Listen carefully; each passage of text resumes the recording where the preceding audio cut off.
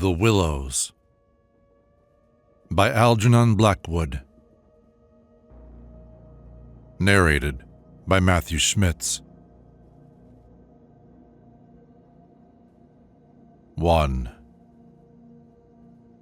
After leaving Vienna, and long before you come to Budapest, the Danube enters a region of singular loneliness and desolation, where its waters spread away on all sides, regardless of a main channel, and the country becomes a swamp for miles upon miles, covered by a vast sea of low willow bushes. On the big maps, this deserted area is painted in a fluffy blue, growing fainter in color as it leaves the banks, and across it may be seen in large, straggling letters the word Sumpfa, meaning marshes. In high flood, this great acreage of sand, shingle beds, and willow-grown islands is almost topped by the water, but in normal seasons the bushes bend and rustle in the free winds, showing their silver leaves to the sunshine in an ever-moving plain of bewildering beauty. These willows never attain to the dignity of trees. They have no rigid trunks. They remain humble bushes with rounded tops and soft outline, swaying on slender stems that answer to the least pressure of the wind, supple as grasses, and so continually shifting that they somehow give the impression that the entire plain is moving and alive. For the wind sends waves rising and falling over the whole surface, waves of leaves instead of waves of water. Green swells like the sea, too, until the branches turn and lift, and then silvery white as their underside turns to the sun. Happy to slip beyond the control of the stern banks, the Danube here wanders about at will among the intricate network of channels, intersecting the islands everywhere with broad avenues down which the waters pour with a shouting sound, making whirlpools, eddies, and foaming rapids, tearing at the sandy banks, carrying away masses of shore and willow clumps, and forming new islands innumerably which shift daily in size and shape and possess at best an impermanent life, since the flood time obliterates their very existence. Properly speaking, this fascinating part of the river's life begins soon after leaving Pressburg, and we, in our Canadian canoe with gypsy tent and frying pan on board, reached it on the crest of a rising flood about mid-July. That same morning, when the sky was reddening before sunrise, we had slipped swiftly through still sleeping Vienna, leaving it a couple of hours later, a mere patch of smoke against the blue hills of the Wienerwald on the horizon. We had breakfasted below Fischermund under a grove of birch trees roaring in the wind, and had then swept down the tearing current past Orth, Hainburg, Petronell, the old Roman Carnuntum of Marcus Aurelius, and so under the frowning heights of Thelsen on a spur of the Carpathians, where the march steals in quietly from the left, and the frontier is crossed between Austria and Hungary. Racing along at 12 kilometers an hour soon took us well into Hungary, and the muddy waters, sure sign of flood, sent us aground on many a shingle bed, and twisted us like a cork in many a sudden belching whirlpool before the towers of Pressburg, Hungarian Posnoy, showed against the sky. And then the canoe, leaping like a spirited horse, flew at top speed under the gray walls, negotiated safely the sunken chain of the Flegenbruck ferry, turned the corner sharply to the left, and plunged on yellow foam into the wilderness of islands, sandbanks, and swampland beyond, the land of the Willows. The change came suddenly, as when a series of bioscope pictures snaps down on the streets of a town and shifts without warning into the scenery of lake and forests. We entered the land of desolation on wings, and in less than half an hour there was neither boat nor fishing hut nor red roof, nor any single sign of human habitation and civilization within sight. The sense of remoteness from the world of humankind, the utter isolation, the fascination of this singular world of willows, winds, and waters instantly laid its spell upon us both, so that we allowed laughingly to one another that we ought by rights to have held some special kind of passport to admit us, and that we had, somewhat audaciously, come without asking leave into a separate little kingdom of wonder and magic, a kingdom that was reserved for the use of others who had a right to it, with everywhere unwritten warnings to trespassers for those who had the imagination to discover them. Though still early in the afternoon, the ceaseless buffetings of a most tempestuous wind made us feel weary, and we at once began casting about for a suitable camping ground for the night. But the bewildering character of the islands made landing difficult. The swirling flood carried us inshore and then swept us out again. The willow branches tore our hands as we seized them to stop the canoe, and we pulled many a yard of sandy bank into the water before at length we shot with a great sideways blow from the wind into a backwater and managed to beach the bows in a cloud of spray.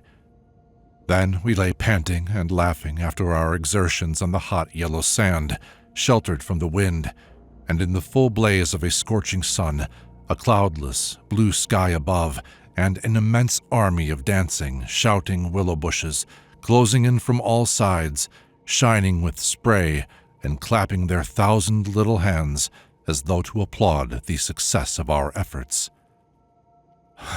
"What a river!" I said to my companion, thinking of all the way we had traveled from the source in the Black Forest, and how he had often been obliged to wade and push in the upper shallows at the beginning of June. "Won't stand much nonsense now, will it?" he said, pulling the canoe a little further into safety up the sand, and then composing himself for a nap.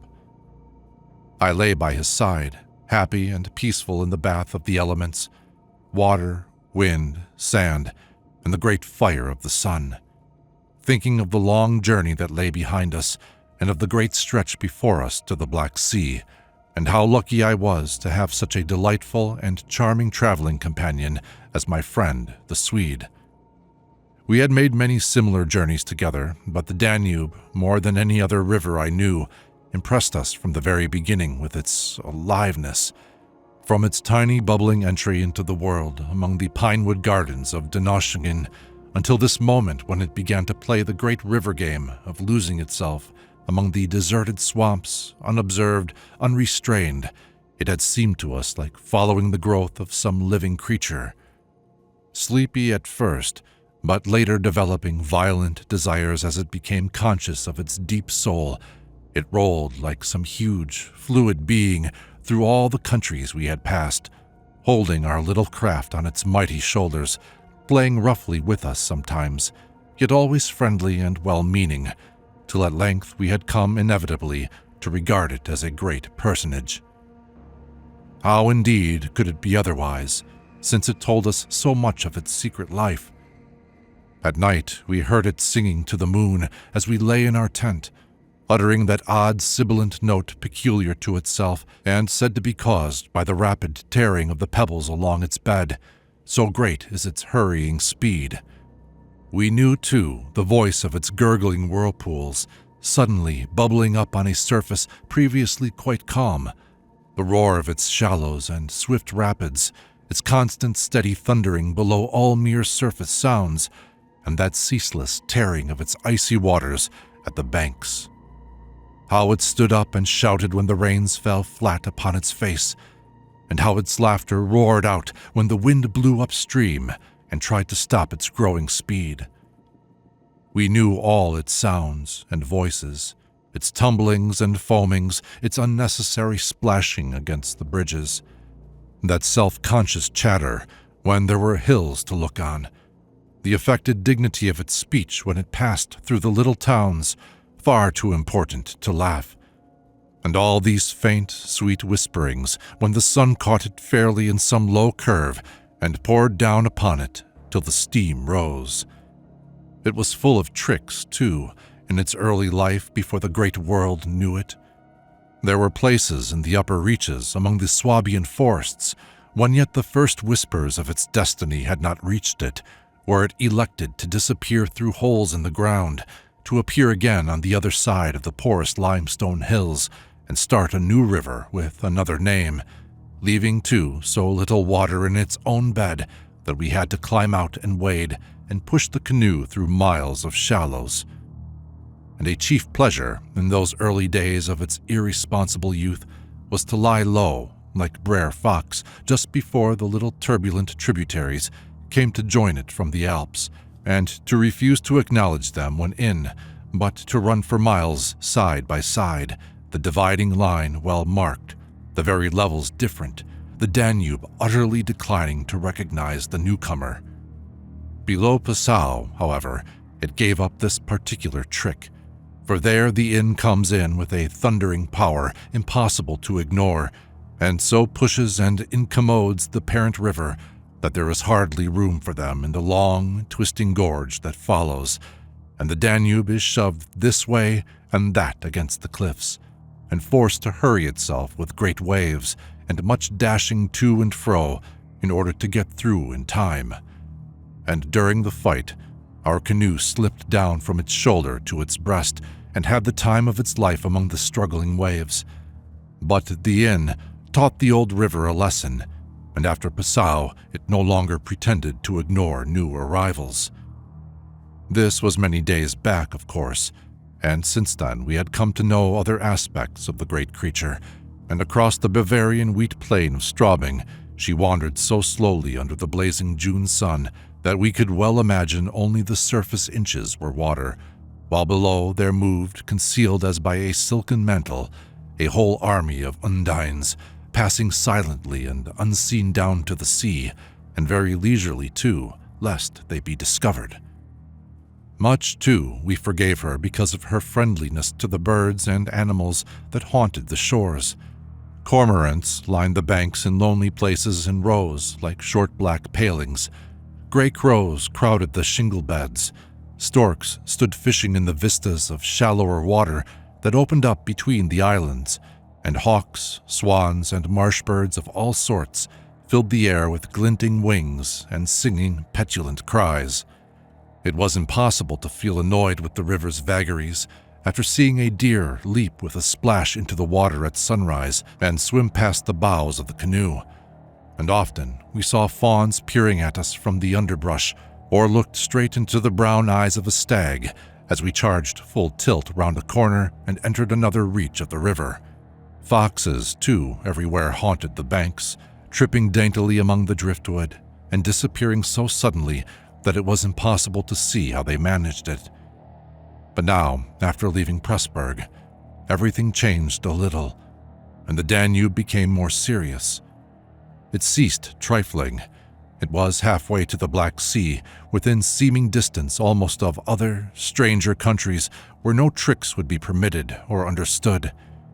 It became suddenly grown up and claimed our respect and even our awe.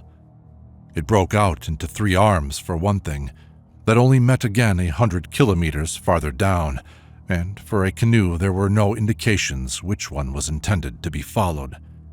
"If you take a side channel," said the Hungarian officer we met in the Pressburg shop while buying provisions, "you may find yourselves, when the flood subsides, 40 miles from anywhere, high and dry, and you may easily starve. There are no people, no farms, no fishermen. I warn you not to continue. The river, too, is still rising, and this wind will increase." The rising river did not alarm us in the least, but the matter of being left high and dry by a sudden subsidence of the waters might be serious, and we had consequently laid in an extra stock of provisions. For the rest, the officer's prophecy held true, and the wind, blowing down a perfectly clear sky, increased steadily till it reached the dignity of a westerly gale. It was earlier than usual when we camped, for the sun was a good hour or 2 from the horizon, and leaving my friend still asleep on the hot sand, I wandered about in desultory examination of our hotel.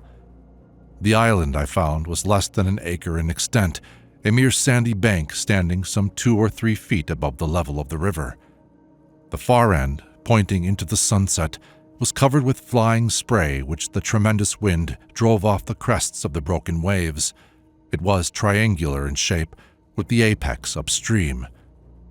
I stood there for several minutes, watching the impetuous crimson flood bearing down with a shouting roar, dashing in waves against the bank as though to sweep it bodily away, and then swirling by in two foaming streams on either side. The ground seemed to shake with the shock and rush, while the furious movement of the willow bushes as the wind poured over them increased the curious illusion that the island itself actually moved. Above, for a mile or two, I could see the great river descending upon me. It was like looking up the slope of a sliding hill, white with foam and leaping up everywhere to show itself to the sun. The rest of the island was too thickly grown with willows to make walking pleasant, but I made the tour nevertheless. From the lower end, the light, of course, changed, and the river looked dark and angry. Only the backs of the flying waves were visible, streaked with foam and pushed forcibly by the great puffs of wind that fell upon them from behind. For a short mile it was visible, pouring in and out among the islands, and then disappearing with a huge sweep into the willows, which closed about it like a herd of monstrous antediluvian creatures crowding down to drink. They made me think of gigantic sponge-like growths that sucked the river up into themselves. They caused it to vanish from sight. They herded there together in such overpowering numbers. Altogether, it was an impressive scene with its utter loneliness, its bizarre suggestion, and as I gazed long and curiously, a singular emotion began to stir somewhere in the depths of me. Midway in my delight of the wild beauty, there crept, unbidden and unexplained, a curious feeling of disquietude, almost of alarm. A rising river, perhaps, always suggests something of the ominous. Many of the little islands I saw before me would probably have been swept away by the morning. This resistless, thundering flood of water touched the sense of awe, yet I was aware that my uneasiness lay deeper, far than the emotions of awe and wonder.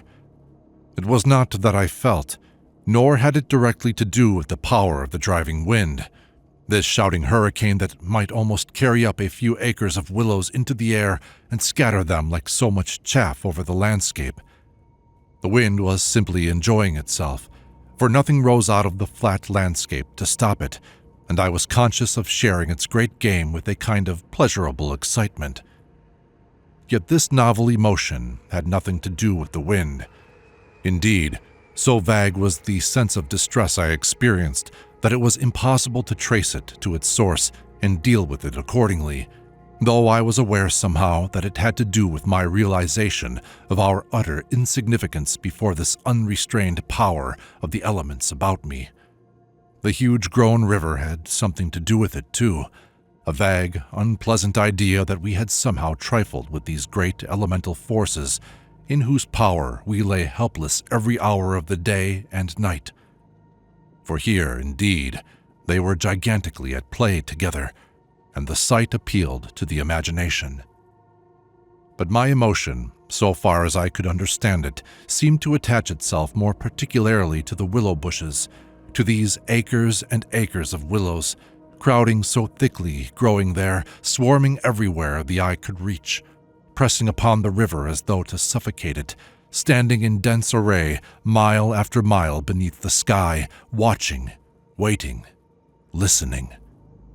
And apart quite from the elements, the willows connected themselves subtly with my malaise, attacking the mind insidiously, somehow by reason of their vast numbers, and contriving in some way or other to represent to the imagination a new and mighty power, a power, moreover, not altogether friendly to us. Great revelations of nature, of course, never fail to impress in one way or another, and I was no stranger to moods of the kind. Mountains overawe, and oceans terrify, while the mystery of great forests exercises a spell peculiarly its own. But all these, at one point or another, somewhere link on intimately with human life and human experience. They stir comprehensible, even if alarming, emotions. They tend on the whole to exult.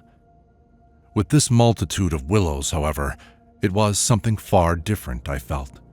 Some essence emanated from them that besieged the heart. A sense of awe awakened, true, but of awe touched somewhere by a vague terror. Their serried ranks, growing everywhere darker about me as the shadows deepened, moving furiously yet softly in the wind, woke in me the curious and unwelcome suggestion that we had trespassed here upon the borders of an alien world, a world where we were intruders, a world where we were not wanted or invited to remain, where we ran grave risks, perhaps. The feeling, however, though it refused to yield its meaning entirely to analysis, did not at the time trouble me by passing into menace, yet it never left me quite, even during the very practical business of putting up the tent in a hurricane of wind and building a fire for the stew pot. It remained just enough to bother and perplex, and to rob a most delightful camping ground of a good portion of its charm. To my companion, however, I said nothing, for he was a man I considered devoid of imagination. In the first place, I could never have explained to him what I meant, and in the second, he would have laughed stupidly at me if I had. There was a slight depression in the center of the island, and here we pitched the tent. The surrounding willows broke the wind a bit. "A poor camp," observed the imperturbable Swede when at last the tent stood upright. "No stones or precious little firewood. I'm for moving on early tomorrow, eh? This sand won't hold anything." But the experience of a collapsing tent at midnight had taught us many devices, and we made the cozy gypsy house as safe as possible, and then set about collecting a store of wood to last till bedtime. Willow bushes drop no branches, and driftwood was our only source of supply. We hunted the shores pretty thoroughly. Everywhere the banks were crumbling as the rising flood tore at them and carried away great portions with a splash and a gurgle. "The island's much smaller than when we landed," said the accurate Swede.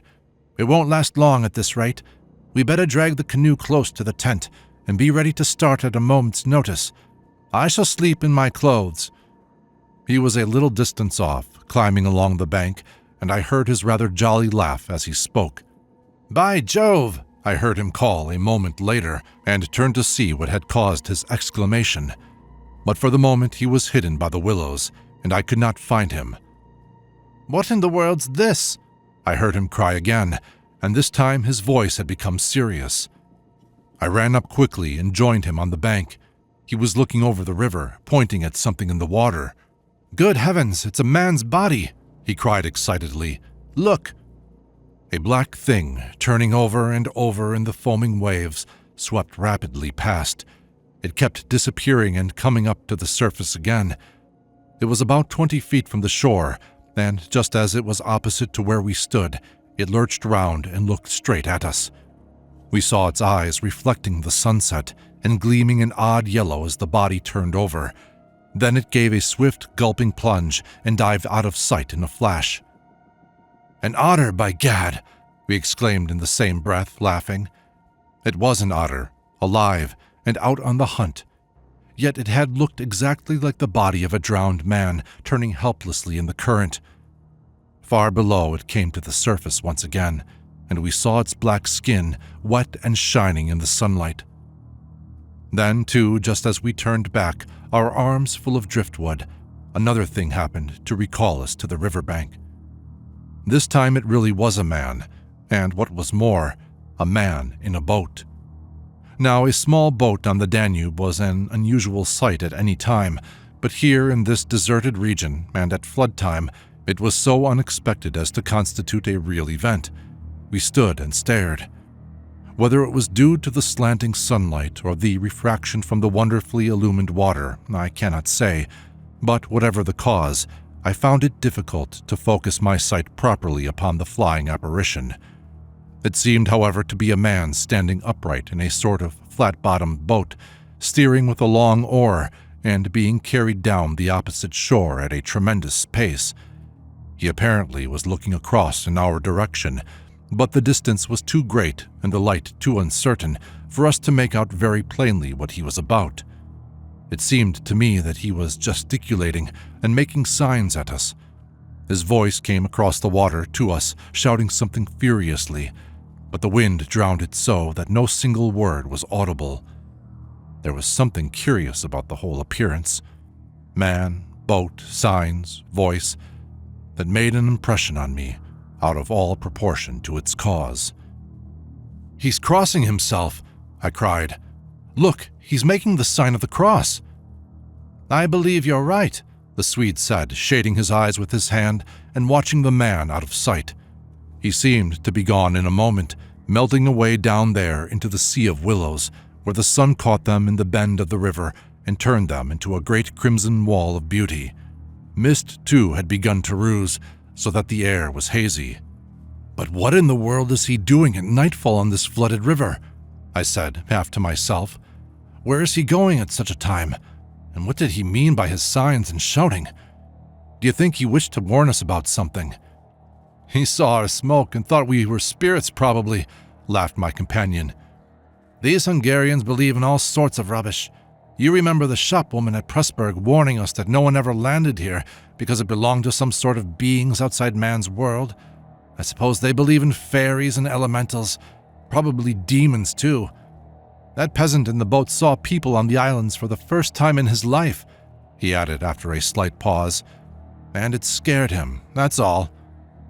The Swede's tone of voice was not convincing, and his manner lacked something that was usually there.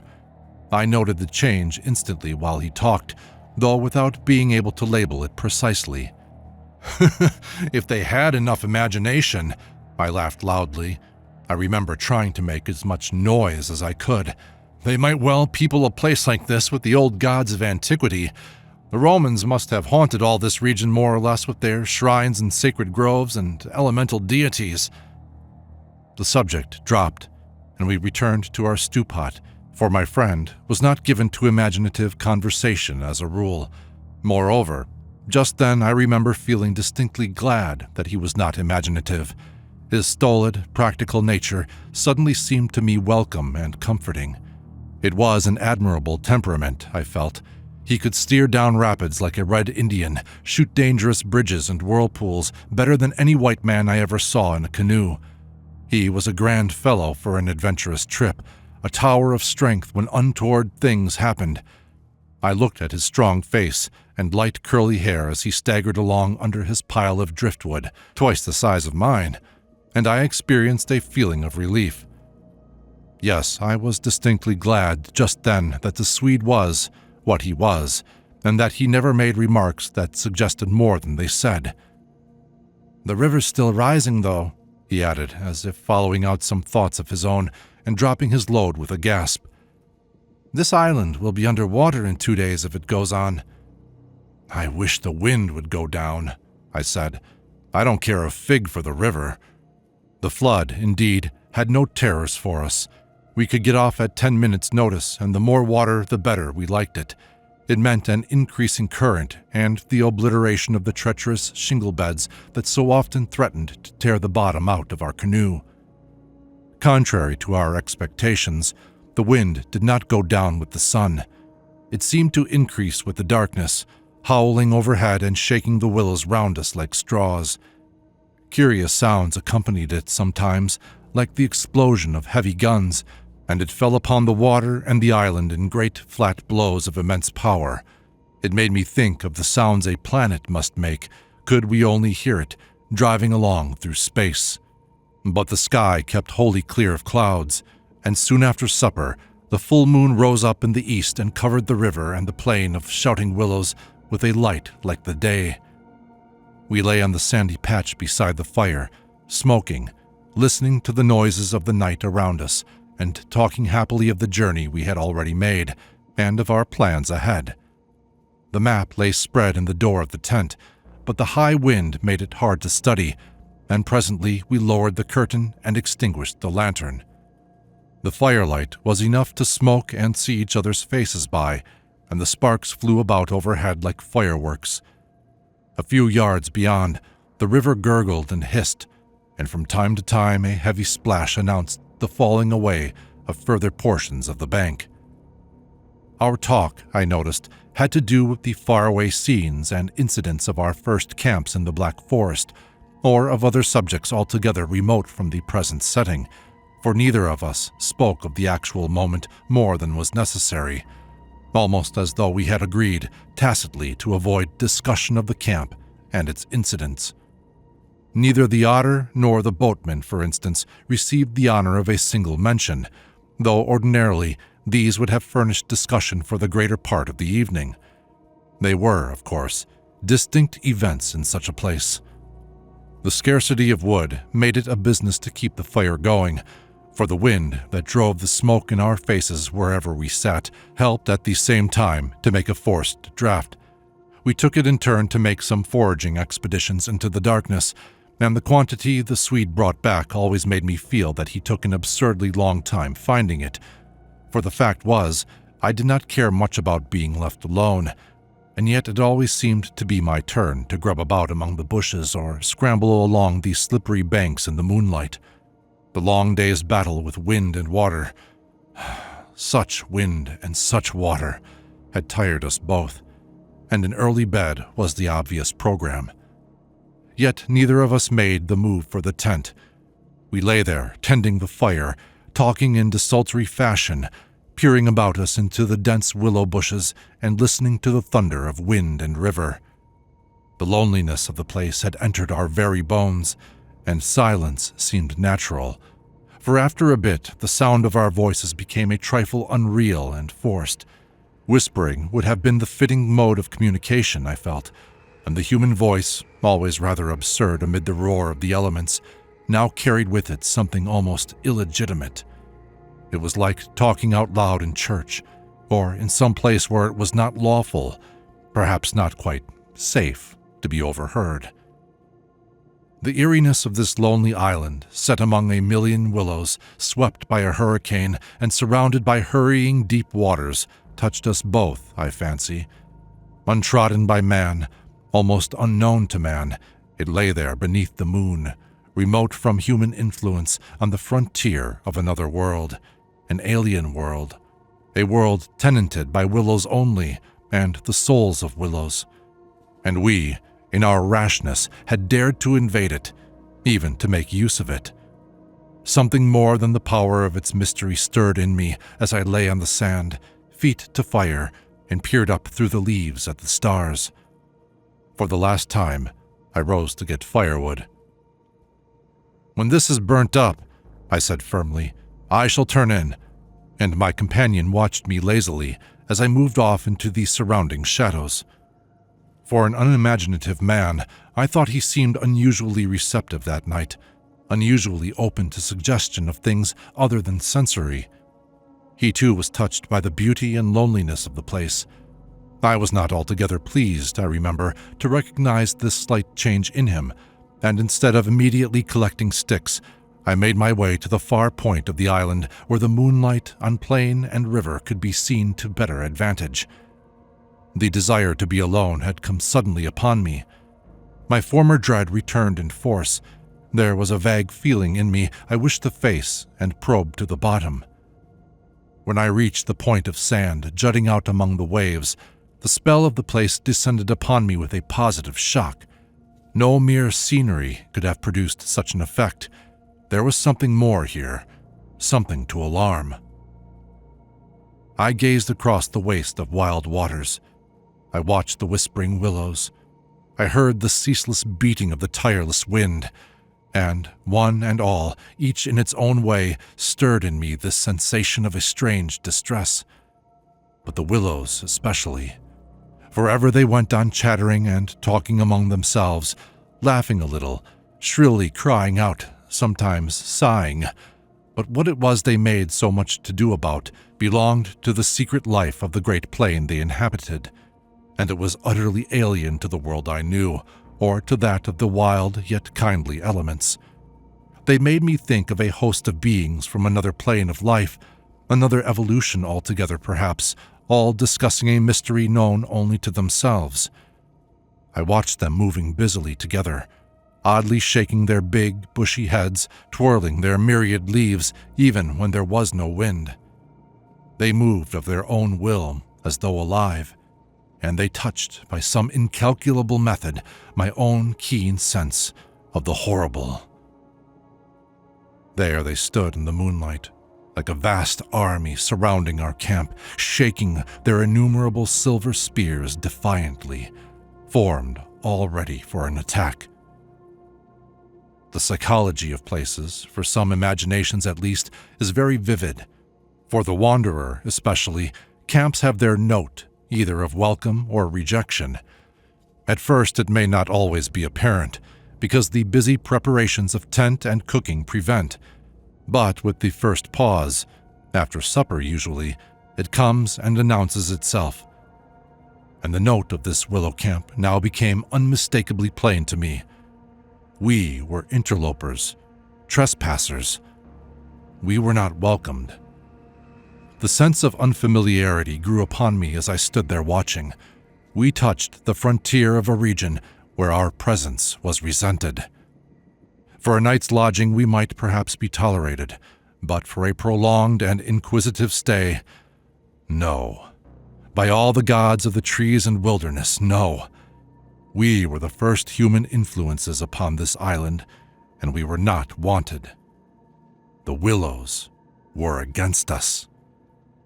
Strange thoughts like these, bizarre fancies born I know not whence, found lodgment in my mind as I stood listening.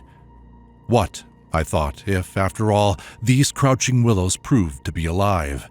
If suddenly they should rise up like a swarm of living creatures, marshaled by the gods whose territory we had invaded, sweep towards us off the vast swamps booming overhead in the night, and then settle down? As I looked, it was so easy to imagine they actually moved, crept nearer, retreated a little, huddled together in masses, hostile, waiting for the great wind that should finally start them a-running. I could have sworn their aspect changed a little, and their ranks deepened and pressed more closely together. The melancholy, shrill cry of a night-bird sounded overhead, and suddenly I nearly lost my balance as the piece of bank I stood upon fell with a great splash into the river, undermined by the flood. I stepped back just in time and went on hunting for firewood again, half laughing at the odd fancies that crowded so thickly into my mind and cast their spell upon me. I recalled the Swede's remark about moving on the next day, and I was just thinking that I fully agreed with him when I turned with a start and saw the subject of my thoughts standing immediately in front of me. He was quite close. The roar of the elements had covered his approach. "You've been gone so long," he shouted above the wind. "I thought something must have happened to you." But there was that in his tone, and a certain look in his face as well, that conveyed to me more than his usual words, and in a flash I understood the real reason for his coming. It was because the spell of the place had entered into his soul too, and he did not like being alone. "River's still rising," he cried, pointing to the flood in the moonlight, "and the wind's simply awful." He always said the same things, but it was the cry for companionship that gave the real importance to his words. "Luckily," I cried back, "our tent's in the hollow. I think it'll hold all right." I added something about the difficulty of finding wood in order to explain my absence, but the wind caught my words and flung them across the river so that he did not hear, but just looked at me through the branches, nodding his head. "Lucky if we get away without disaster," he shouted, or words to that effect, and I remember feeling half angry with him for putting the thought into words, for it was exactly what I felt myself. There was disaster impending somewhere, and the sense of presentiment lay unpleasantly upon me. We went back to the fire and made a final blaze, poking it up with our feet. We took a last look round. But for the wind, the heat would have been unpleasant. I put this thought into words, and I remember my friend's reply struck me oddly, that he would rather have the heat, the ordinary July weather, than this diabolical wind. Everything was snug for the night. The canoe lying turned over beside the tent with both yellow paddles beneath her, the provision sack hanging from a willow stem, and the washed-up dishes removed to a safe distance from the fire, all ready for the morning meal. We smothered the embers of the fire with sand and then turned in. The flap of the tent door was up, and I saw the branches and the stars and the white moonlight.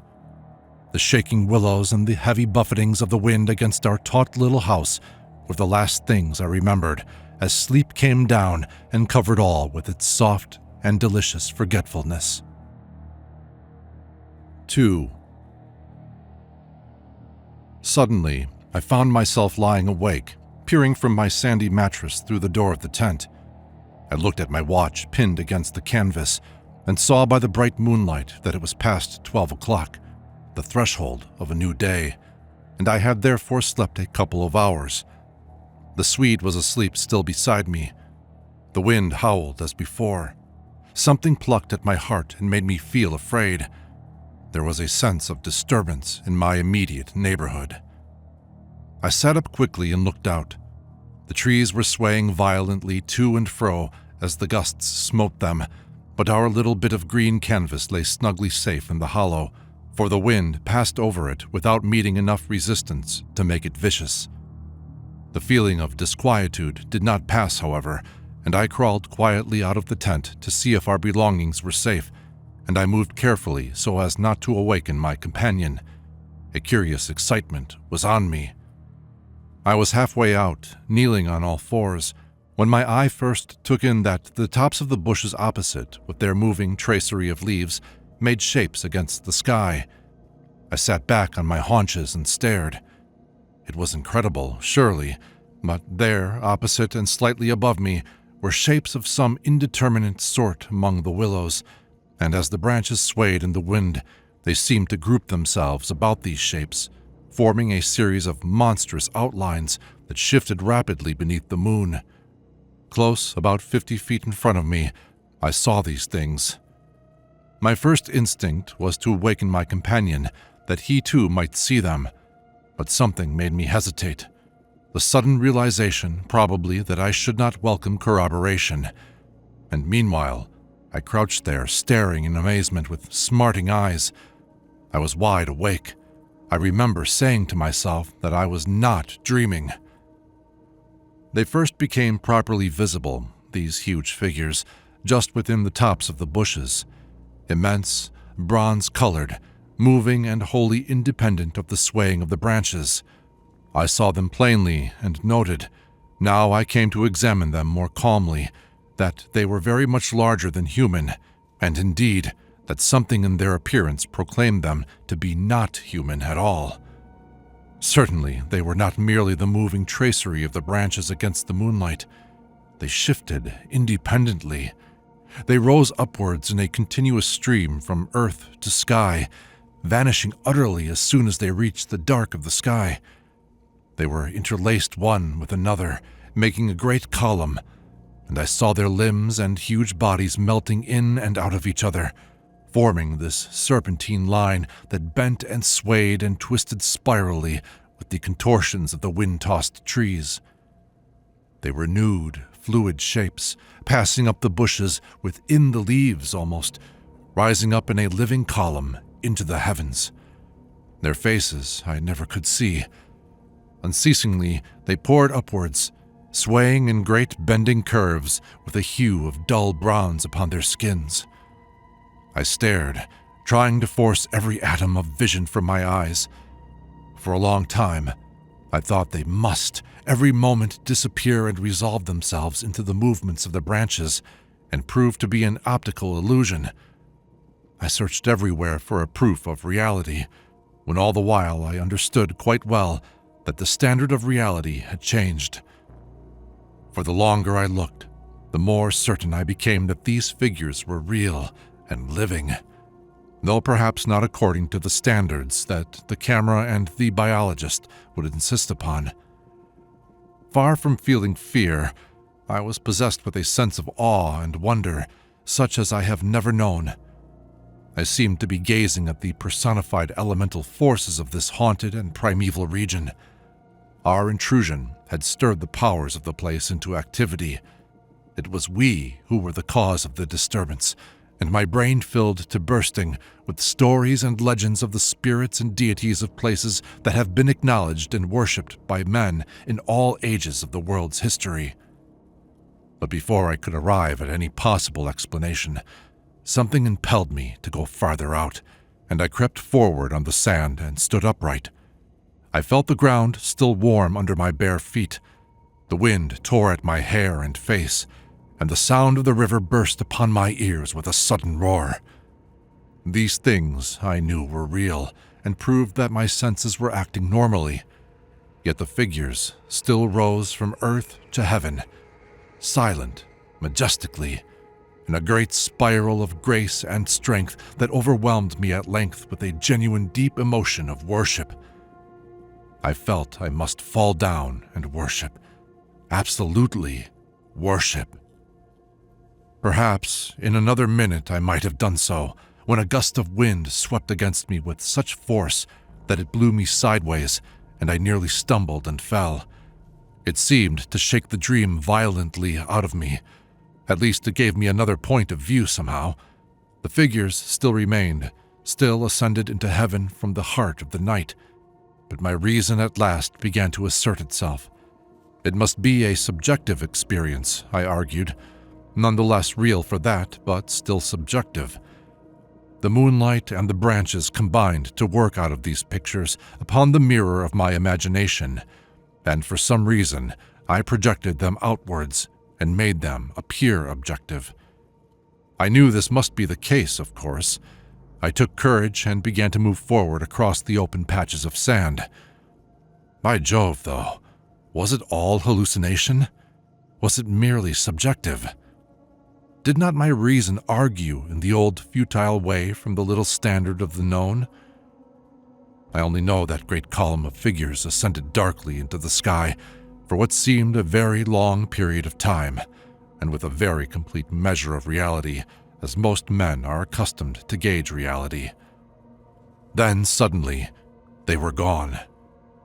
And once they were gone and the immediate wonder of their great presence had passed, fear came down upon me with a cold rush. The esoteric meaning of this lonely and haunted region suddenly flamed up within me, and I began to tremble dreadfully. I took a quick look round, a look of horror that came to near panic, calculating vainly ways of escape, and then, realizing how helpless I was to achieve anything really effective, I crept back silently into the tent and lay down again upon my sandy mattress, first lowering the door curtain to shut out the sight of the willows in the moonlight, and then burying my head as deeply as possible beneath the blankets to deaden the sound of the terrifying wind. 3. As though further to convince me that I had not been dreaming, I remember that it was a long time before I fell again into a troubled and restless sleep, and even then, only the upper crust of me slept, and underneath there was something that never quite lost consciousness, but lay alert and on the watch. But this second time, I jumped up with a genuine start of terror. It was neither the wind nor the river that woke me, but the slow approach of something that caused the sleeping portion of me to grow smaller and smaller, till at last it vanished altogether, and I found myself sitting bolt upright, listening. Outside there was a sound of multitudinous little patterings. They had been coming, I was aware, for a long time, and in my sleep they had first become audible. I sat there nervously, wide awake, as though I had not slept at all. It seemed to me that my breathing came with difficulty, and that there was a great weight upon the surface of my body. In spite of the hot night, I felt clammy with cold and shivered. Something, surely, was pressing steadily against the sides of the tent and weighing down upon it from above. Was it the body of the wind? Was this the pattering rain, the dripping of the leaves, the spray blown from the river by the wind and gathering in big drops? I thought quickly of a dozen things. Then suddenly, the explanation leaped into my mind. A bough from the poplar, the only large tree on the island, had fallen with the wind. Still half caught by the other branches, it would fall with the next gust and crush us, and meanwhile its leaves brushed and tapped upon the tight canvas surface of the tent. I raised a loose flap and rushed out, calling the Swede to follow. But when I got out and stood upright, I saw that the tent was free. There was no hanging bough, there was no rain or spray. Nothing approached. A cold gray light filtered down through the bushes and lay on the faintly gleaming sand. Stars still crowded the sky directly overhead, and the wind howled magnificently, but the fire no longer gave out any glow, and I saw the east reddening in streaks through the trees. Several hours must have passed since I stood there before watching the ascending figures, and the memory of it now came back to me horribly, like an evil dream. Oh, how tired it made me feel, that ceaseless raging wind. Yet, though the deep lassitude of a sleepless night was on me, my nerves were tingling with the activity of an equally tireless apprehension, and all idea of repose was out of the question. The river, I saw, had risen further. Its thunder filled the air, and a fine spray made itself felt through my thin sleeping shirt.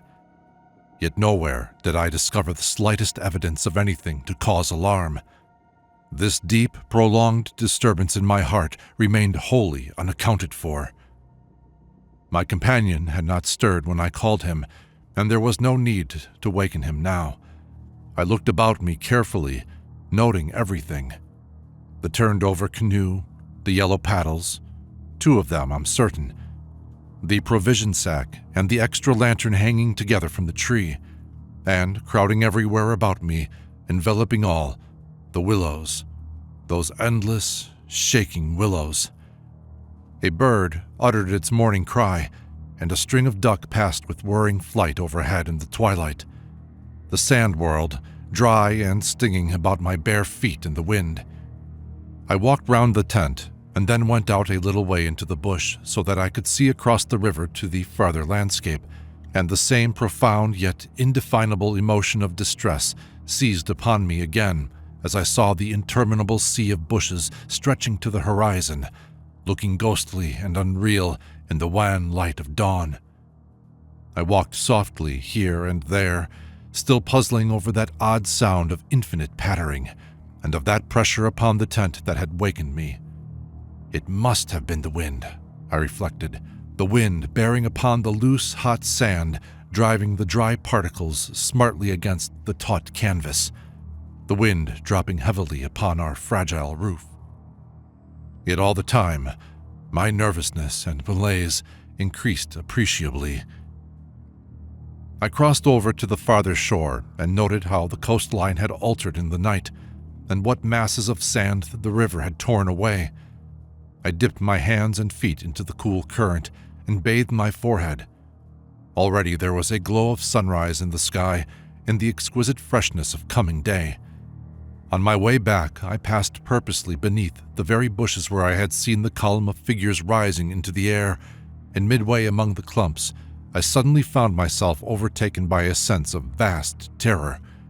From the shadows, a large figure went swiftly by. Someone passed me, as sure as ever man did. It was a great staggering blow from the wind that helped me forward again, and once out in the more open space, the sense of terror diminished strangely. The winds were about and walking, I remember saying to myself, for the winds often move like great presences under the trees. And altogether, the fear that hovered about me was such an unknown and immense kind of fear, so unlike anything I had ever felt before, that it woke a sense of awe and wonder in me that did much to counteract its worst effects. And when I reached a high point in the middle of the island, from which I could see the wide stretch of river, crimson in the sunrise, the whole magical beauty of it all was so overpowering that a sort of wild yearning woke in me and almost brought a cry up into the throat. But this cry found no expression, for as my eyes wandered from the plain beyond to the island around me and noted our little tent half hidden among the willows, a dreadful discovery leaped out at me, compared to which my terror of the walking winds seemed as nothing at all. For a change, I thought, had somehow come about in the arrangement of the landscape. It was not that my point of vantage gave me a different view, but that an alteration had apparently been effected in the relation of the tent to the willows, and of the willows to the tent.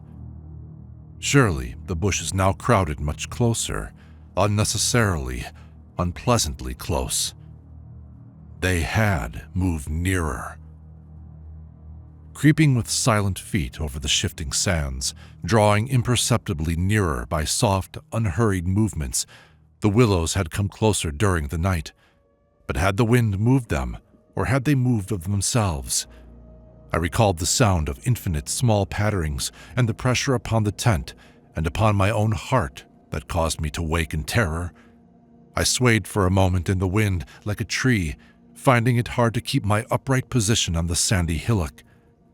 There was a suggestion here of personal agency, of deliberate intention, of aggressive hostility, and it terrified me into a sort of rigidity. Then the reaction followed quickly. The idea was so bizarre, so absurd, that I felt inclined to laugh. But the laughter came no more readily than the cry, for the knowledge that my mind was so receptive to such dangerous imaginings brought the additional terror that it was through our minds and not through our physical bodies that the attack would come, and was coming. The wind buffeted me about, and very quickly, it seemed, the sun came up over the horizon, for it was after 4 o'clock, and I must have stood on that little pinnacle of sand longer than I knew, afraid to come down to close quarters with the willows. I returned quietly, creepily, to the tent, first taking another exhaustive look around, and yes, I confess it, making a few measurements. I paced out on the warm sand the distances between the willows and the tent, making a note of the shortest distance particularly. I crawled stealthily into my blankets. My companion, to all appearances, still slept soundly, and I was glad that this was so. Provided my experiences were not corroborated, I could find strength somehow to deny them, perhaps. With the daylight, I could persuade myself that it was all a subjective hallucination, a fantasy of the night, a projection of the excited imagination. Nothing further came in to disturb me, and I fell asleep almost at once, utterly exhausted, yet still in dread of hearing again that weird sound of multitudinous pattering, or of feeling the pressure upon my heart that had made it difficult to breathe. 4. The sun was high in the heavens when my companion woke me from a heavy sleep and announced that the porridge was cooked and there was just time to bathe. The grateful smell of frizzling bacon entered the tent door. "River still rising," he said, "and several islands out in midstream have disappeared altogether. Our own island's much smaller." "Any wood left?" I asked sleepily. "The wood and the island will finish tomorrow in a dead heat," he laughed. "But there's still enough to last us till then." I plunged in from the point of the island, which had indeed altered a lot in size and shape during the night, and was swept down in a moment to the landing place opposite the tent. The water was icy, and the banks flew by like the country from an express train. Bathing under such conditions was an exhilarating operation, and the terror of the night seemed cleansed out of me by a process of evaporation in the brain. The sun was blazing hot. Not a cloud showed itself anywhere. The wind, however, had not abated one little jot. Quite suddenly, then, the implied meaning of the Swede's words flashed across me, showing that he no longer wished to leave post-haste and had changed his mind. Enough to last till tomorrow. He assumed we should stay on the island another night. It struck me as odd. The night before, he was so positive the other way. How had the change come about? Great crumblings of the banks occurred at breakfast, with heavy splashings and clouds of spray which the wind brought into our frying pan, and my fellow traveler talked incessantly about the difficulty the Vienna pest steamers must have to find the channel in flood. But the state of his mind interested and impressed me far more than the state of the river, or the difficulties of the steamers. He had changed somehow since the evening before. His manner was different, a trifle excited, a trifle shy, with a sort of suspicion about his voice and gestures. I hardly know how to describe it now in cold blood, but at the time, I remember being quite certain of one thing, that he had become frightened. He ate very little breakfast, and for once omitted to smoke his pipe. He had the map spread open beside him and kept studying its markings. "We'd better get off sharp in an hour," I said presently, feeling for an opening that must bring him indirectly to a partial confession at any rate, and his answer puzzled me uncomfortably. "Rather, if they'll let us." "Who'll let us? The elements?" I asked quickly, with affected indifference. "The powers of this awful place, whoever they are," he replied, keeping his eyes on the map. "The gods are here, if they are anywhere at all in the world." "The elements are always the true immortals," I replied, laughing as naturally as I could manage, yet knowing quite well that my face reflected my true feelings when he looked up gravely at me and spoke across the smoke. "We shall be fortunate if we get away without further disaster." This was exactly what I had dreaded, and I screwed myself up to the point of the direct question. It was like agreeing to allow the dentist to extract the tooth. It had to come anyhow in the long run, and the rest was all pretense. Further disaster? Why, what's happened? "For one thing, the steering paddle's gone," he said quietly. "The steering paddle gone?"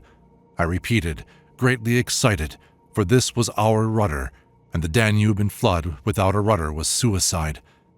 "But what—" "And there's a tear in the bottom of the canoe," he added with a genuine little tremor in his voice. I continued staring at him, able only to repeat the words in his face somewhat foolishly. There in the heat of the sun, and on this burning sand, I was aware of a freezing atmosphere descending round us. I got up to follow him, for he merely nodded his head gravely and led the way towards the tent a few yards on the other side of the fireplace. The canoe still lay there as I had last seen her in the night, ribs uppermost, the paddles, or rather the paddle, on the sand beside her. "There's only one," he said, stooping to pick it up, "and here's the rent in the baseboard." It was on the tip of my tongue to tell him that I had clearly noticed 2 paddles a few hours before, but a second impulse made me think better of it, and I said nothing. I approached to see. There was a long, finely made tear in the bottom of the canoe where a little slither of wood had been neatly taken clean out. It looked as if the tooth of a sharp rock or snag had eaten down her length, and investigation showed that the hole went through. Had we launched out in her without observing it, we must inevitably have foundered. At first, the water would have made the wood swell so as to close the hole, but once out in midstream, the water must have poured in, and the canoe, never more than 2 inches above the surface, would have filled and sunk very rapidly. "There, you see an attempt to prepare a victim for the sacrifice," I heard him saying more to himself than to me. "2 victims, rather," he added as he bent over and ran his fingers along the slit.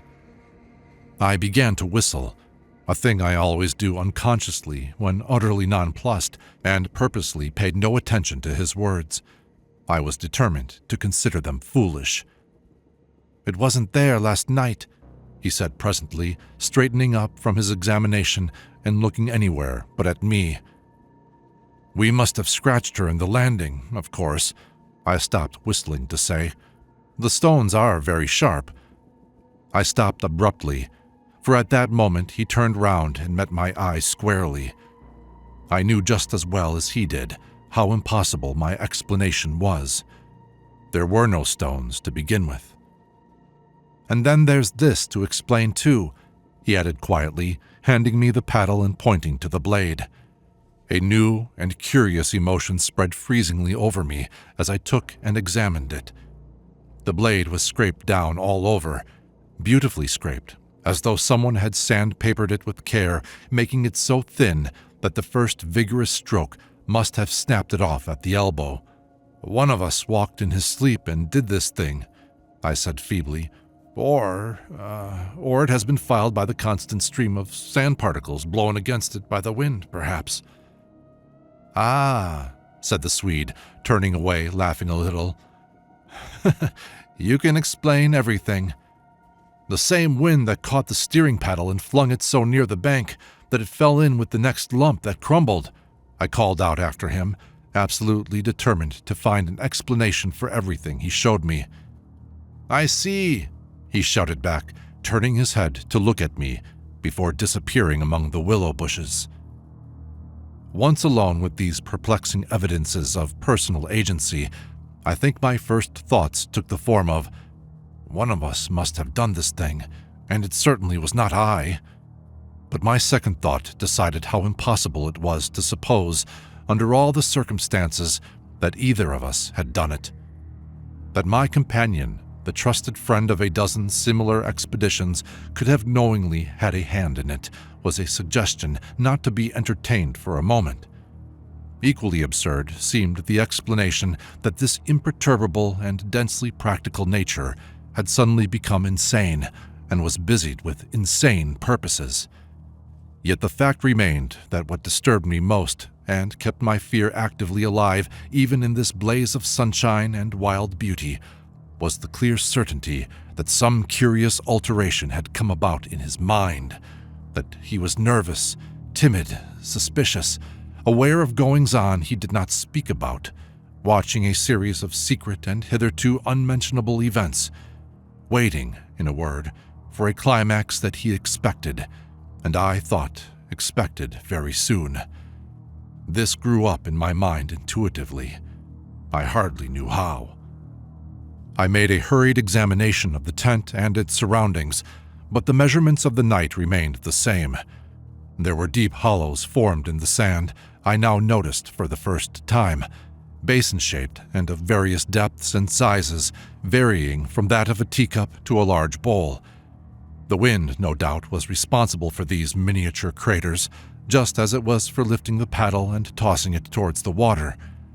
The rent in the canoe was the only thing that seemed quite inexplicable, and after all, it was conceivable that a sharp point had caught it when we landed.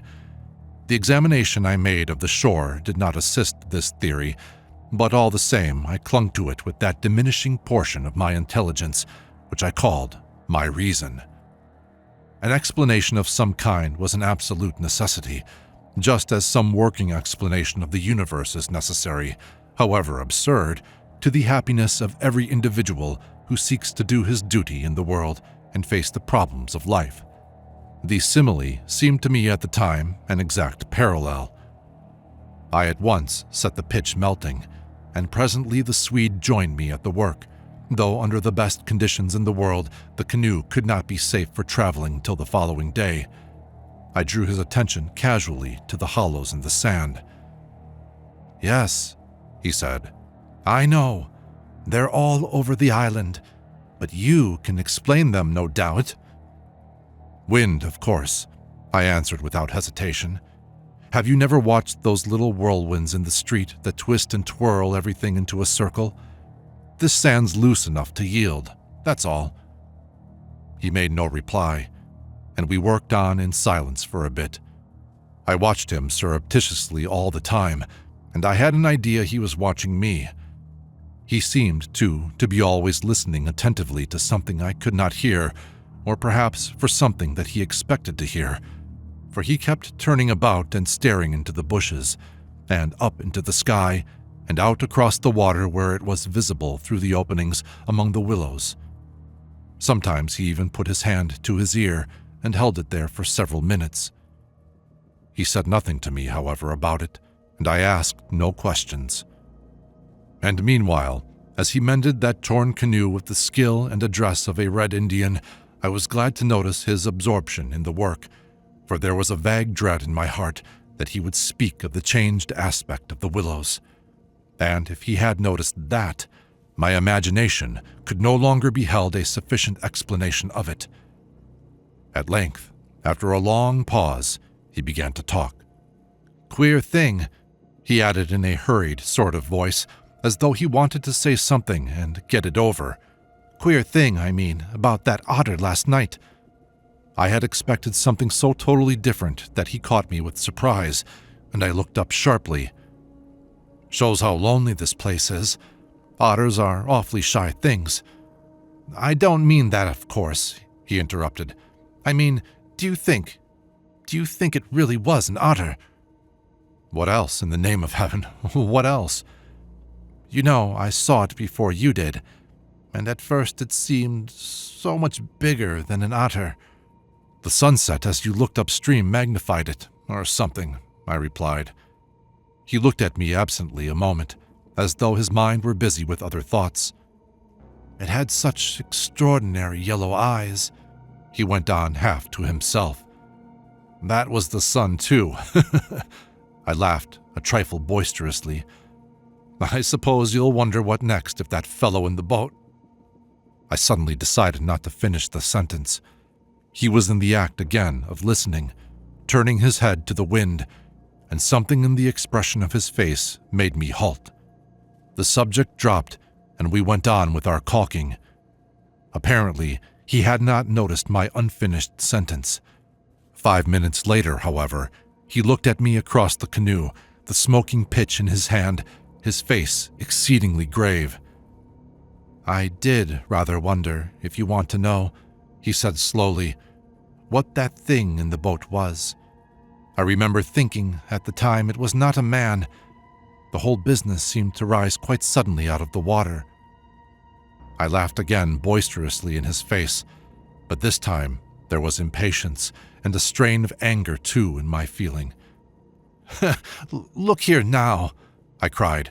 This place is quite queer enough without going out of our way to imagine things. That boat was an ordinary boat, and the man in it was an ordinary man, and they were both going downstream as fast as they could lick. And that otter was an otter, so don't let's play the fool about it. He looked steadily at me with the same grave expression. He was not in the least annoyed, and I took courage from his silence. And for heaven's sake, I went on, don't keep pretending you hear things because it only gives me the jumps. And there's nothing to hear but the river and this cursed old thundering wind.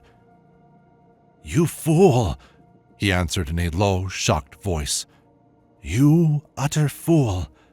That's just the way all victims talk, as if you didn't understand just as well as I do, he sneered, with scorn in his voice and a sort of resignation. The best thing you can do is to keep quiet and try to hold your mind as firm as possible.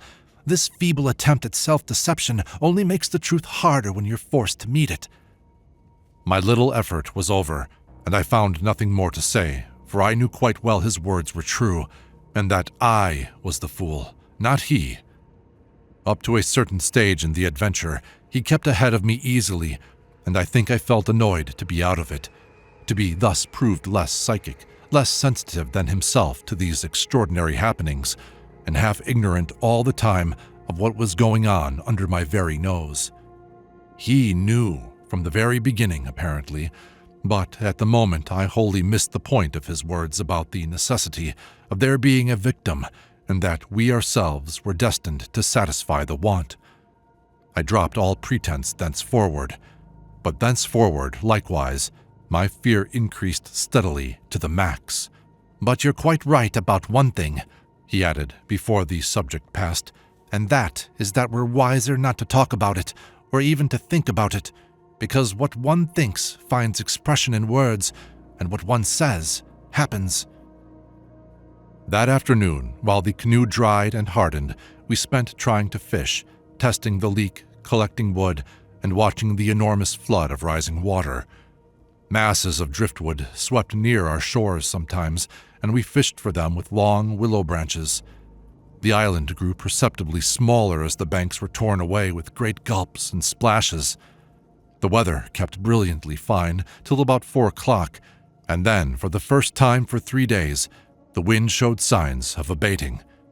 Clouds began to gather in the southwest, spreading thence slowly over the sky.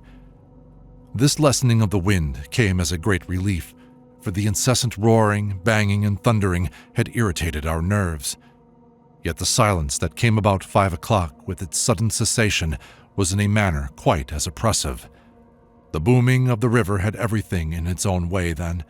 It filled the air with deep murmurs, more musical than the wind noises, but infinitely more monotonous. The wind held many notes, rising, falling, always beating out some sort of great elemental tune, whereas the river's song lay between 3 notes at most, dull pedal notes that held a lugubrious quality foreign to the wind, and somehow seemed to me, in my then nervous state, to sound wonderfully well to the music of doom. It was extraordinary, too, how the withdrawal suddenly of bright sunlight took everything out of the landscape that made for cheerfulness. And since this particular landscape had already managed to convey the suggestion of something sinister, the change of course was all the more unwelcome and noticeable. For me, I know, the darkening outlook became distinctly more alarming, and I found myself more than once calculating how soon after sunset the full moon would get up in the east, and whether the gathering clouds would greatly interfere with her lighting of the little island.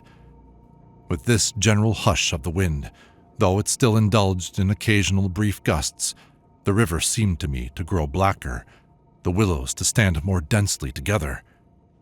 The latter, too, kept up a sort of independent movement of their own, rustling among themselves when no wind stirred, and shaking oddly from the roots upwards.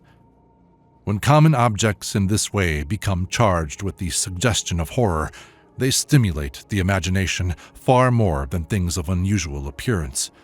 And these bushes, crowding huddled about us, assumed for me in the darkness a bizarre grotesquerie of appearance that lent to them somehow the aspect of purposeful and living creatures. Their very ordinariness, I felt, masked what was malignant and hostile to us. The forces of the region drew nearer with the coming of night. They were focusing upon our island, and more particularly upon ourselves. For thus, somehow, in the terms of the imagination, did my really indescribable sensations in this extraordinary place present themselves. I had slept a good deal in the early afternoon, and had thus recovered somewhat from the exhaustion of a disturbed night, but this only served apparently to render me more susceptible than before to the obsessing spell of the haunting. I fought against it, laughing at my feelings as absurd and childish, with very obvious physiological explanations, yet in spite of every effort, they gained in strength upon me, so that I dreaded the night as a child lost in a forest must dread the approach of darkness. The canoe we had carefully covered with a waterproof sheet during the day, and the one remaining paddle had been securely tied by the Swede to the base of a tree, lest the wind should rob us of that too. From 5 o'clock onwards, I busied myself with the stew pot and preparations for dinner, it being my turn to cook that night. We had potatoes, onions, bits of bacon fat to add flavor, and a general thick residue from former stews at the bottom of the pot. With black bread broken up into it, the result was most excellent, and it was followed by a stew of plums with sugar and a brew of strong tea with dried milk. A good pile of wood lay close at hand, and the absence of wind made my duties easy. My companion sat lazily watching me, dividing his attentions between cleaning his pipe and giving useless advice, an admitted privilege of the off-duty man. He had been very quiet all the afternoon, engaged in recalking the canoe, strengthening the tent ropes, and fishing for driftwood while I slept. No more talk about undesirable things had passed between us, and I think his only remarks had to do with the gradual destruction of the island, which, he declared, was not fully a third smaller than when we first landed. The pot had just begun to bubble when I heard his voice calling to me from the bank, where he had wandered away without my noticing. I ran up. "Come and listen," he said, "and see what you make of it." He held his hand cupwise to his ear, as so often before. "Now, do you hear anything?" he asked, watching me curiously. We stood there, listening attentively together. At first I heard only the deep note of the water and the hissings rising from its turbulent surface. The willows, for once, were motionless and silent. Then a sound began to reach my ears faintly, a peculiar sound, something like the humming of a distant gong. It seemed to come across to us in the darkness from the waste of swamps and willows opposite. It was repeated at regular intervals, but it was certainly neither the sound of a bell nor the hooting of a distant steamer. I can liken it to nothing so much as to the sound of an immense gong suspended far up in the sky, repeating incessantly its muffled metallic note, soft and musical as it was repeatedly struck. My heart quickened as I listened. "I've heard it all day," said my companion. "While you slept this afternoon, it came all round the island. I hunted it down, but could never get near enough to see, to localize it correctly. Sometimes it was overhead, and sometimes it seemed under the water. Once or twice, too, I could have sworn it was not outside at all, but within myself. You know, the way a sound in the fourth dimension is supposed to come." I was too much puzzled to pay much attention to his words. I listened carefully, striving to associate it with any known familiar sound I could think of, but without success. It changed in the direction too, coming nearer and then sinking utterly away into remote distance. I cannot say that it was ominous in quality, because to me it seemed distinctly musical, yet I must admit it set going a distressing feeling that made me wish I had never heard it.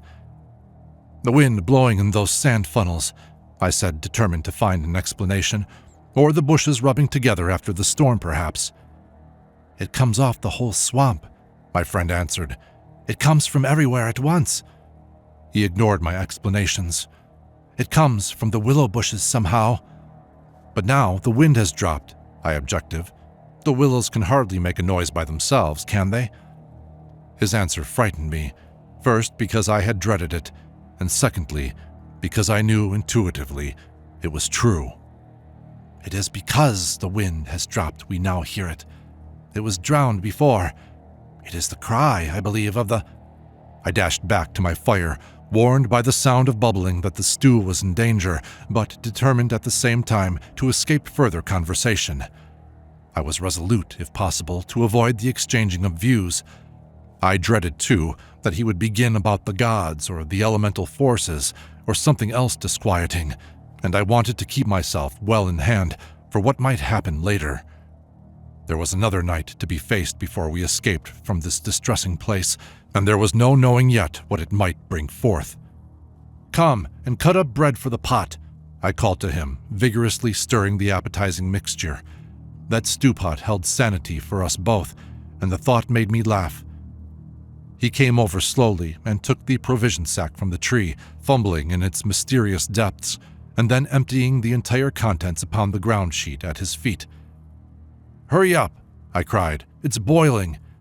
The Swede burst out into a roar of laughter that startled me. It was forced laughter, not artificial exactly, but mirthless. "There's nothing here," he shouted, holding his sides. "Bread, I mean. It's gone. There is no bread. They've taken it." I dropped the long spoon and ran up. Everything the sack had contained lay upon the ground sheet, but there was no loaf. The whole dead weight of my growing fear fell upon me and shook me. Then I burst out laughing too. It was the only thing to do, and the sound of my laughter also made me understand his. The stain of psychical pressure caused it, this explosion of unnatural laughter in both of us. It was an effort of repressed forces to seek relief. It was a temporary safety valve, and with both of us, it ceased quite suddenly. "How criminally stupid of me," I cried, still determined to be consistent and find an explanation. "I clean forgot to buy a loaf at Pressburg. That chattering woman put everything out of my head, and I must have left it lying on the counter or—" "The oatmeal, too, is much less than it was this morning," the Swede interrupted. Why in the world need he draw attention to it? I thought angrily. "There's enough for tomorrow," I said, stirring vigorously, "and we can get lots more at Comorn or Gran. In 24 hours we shall be miles from here." "I hope so. To God," he muttered, putting the things back into the sack. "Unless we're claimed first as victims for the sacrifice," he added with a foolish laugh. He dragged the sack into the tent, for safety's sake, I suppose, and I heard him mumbling to himself, but so indistinctly that it seemed quite natural for me to ignore his words. Our meal was beyond question a gloomy one, and we ate it almost in silence, avoiding one another's eyes and keeping the fire bright. Then we washed up and prepared for the night, and once smoking, our minds unoccupied with any definite duties, the apprehension I had felt all day long became more and more acute. It was not then active fear, I think, but the very vagueness of its origin distressed me far more than if I had been able to tick it and face it squarely. The curious sound I have likened to the note of a gong became now almost incessant, and filled the stillness of the night with a faint, continuous ringing rather than a series of distinct notes. At one time it was behind, and at another time in front of us. Sometimes I fancied it came from the bushes on our left, and then again from the clumps on our right. More often it hovered directly overhead like the whirring of wings. It was really everywhere at once, behind, in front, at our sides, and over our heads, completely surrounding us. The sound really defies description, but nothing within my knowledge is like that ceaseless muffled humming rising off the deserted world of swamps and willows. We sat smoking in comparative silence, the strain growing every minute greater. The worst feature of the situation seemed to me that we did not know what to expect, and could therefore make no sort of preparation by way of defense. We could anticipate nothing.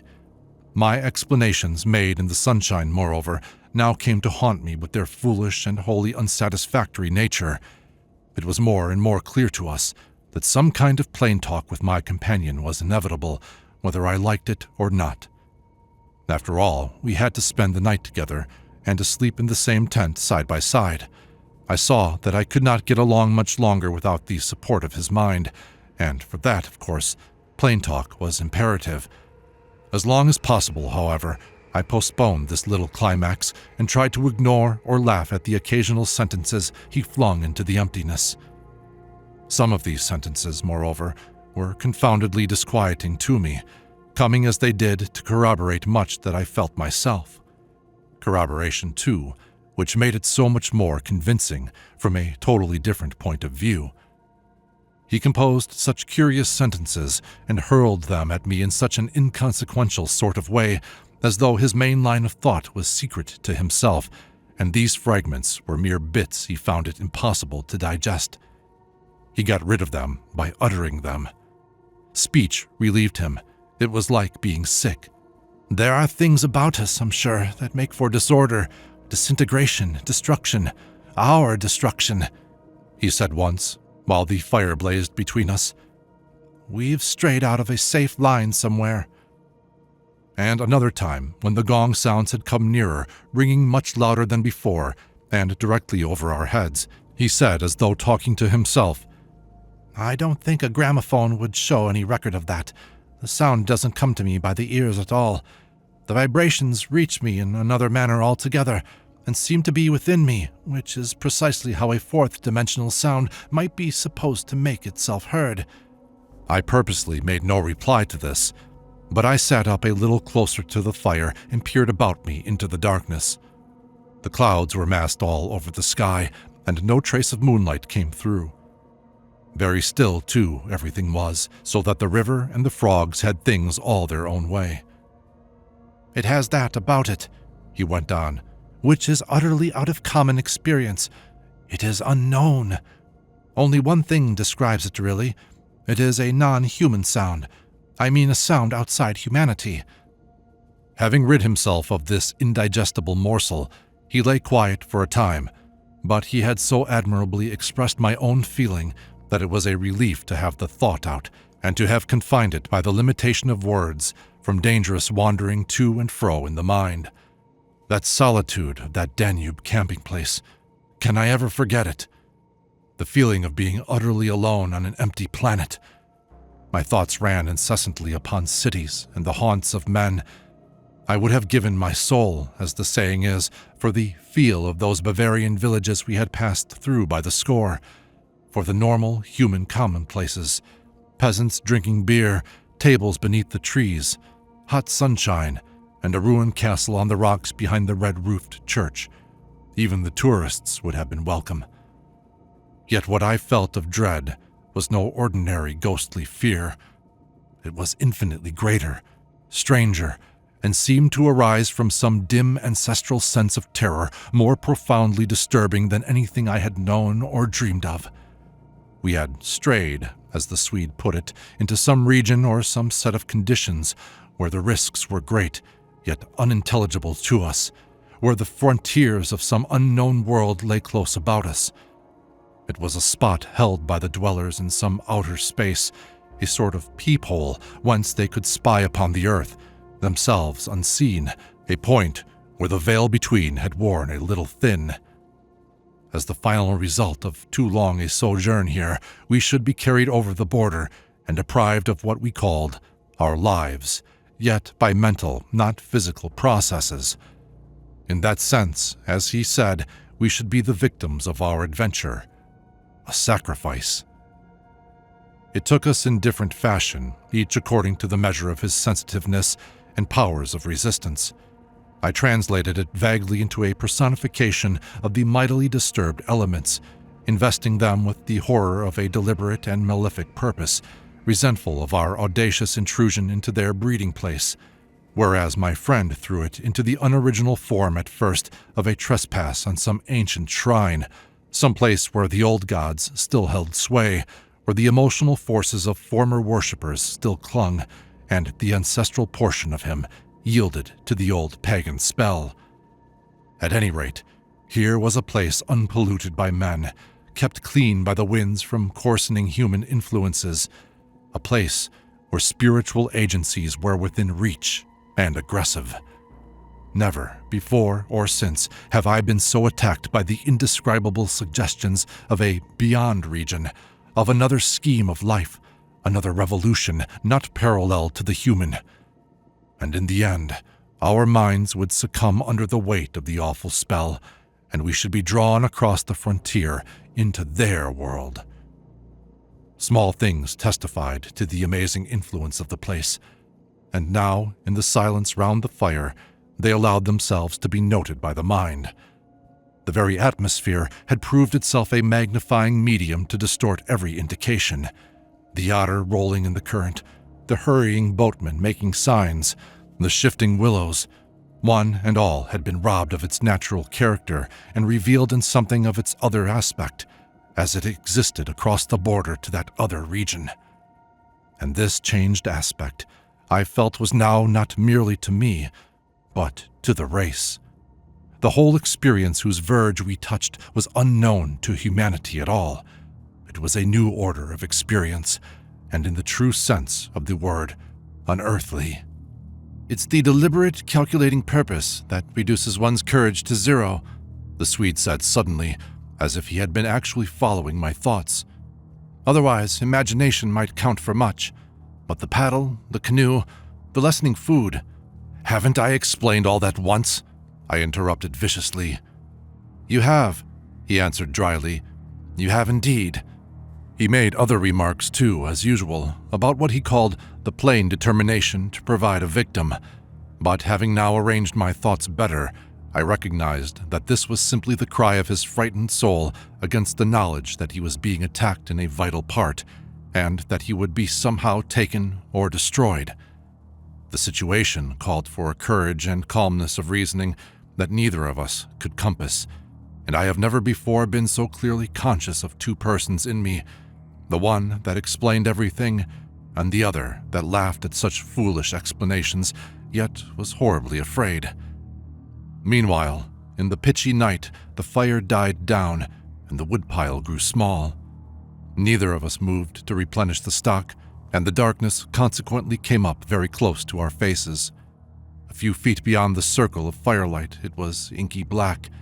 Occasionally, a stray puff of wind set the willows shivering about us, but apart from this not very welcome sound, a deep and depressing silence reigned, broken only by the gurgling of the river and the humming in the air overhead. We both missed, I think, the shouting company of the winds. At length, at a moment when a stray puff prolonged itself as though the wind were about to rise again, I reached the point for me of saturation, the point where it was absolutely necessary to find relief in plain speech, or else to betray myself by some hysterical extravagance that must have been far worse in its effect upon both of us. I kicked the fire into a blaze and turned to my companion abruptly. He looked up with a start. "I can't disguise it any longer," I said. "I don't like this place, and the darkness, and the noises, and the awful feelings I get. There's something here that beats me utterly. I'm in a blue funk, and that's the plain truth. That the other shore was different, I swear I'd be inclined to swim for it." The Swede's face turned very white beneath the deep tan of sun and wind.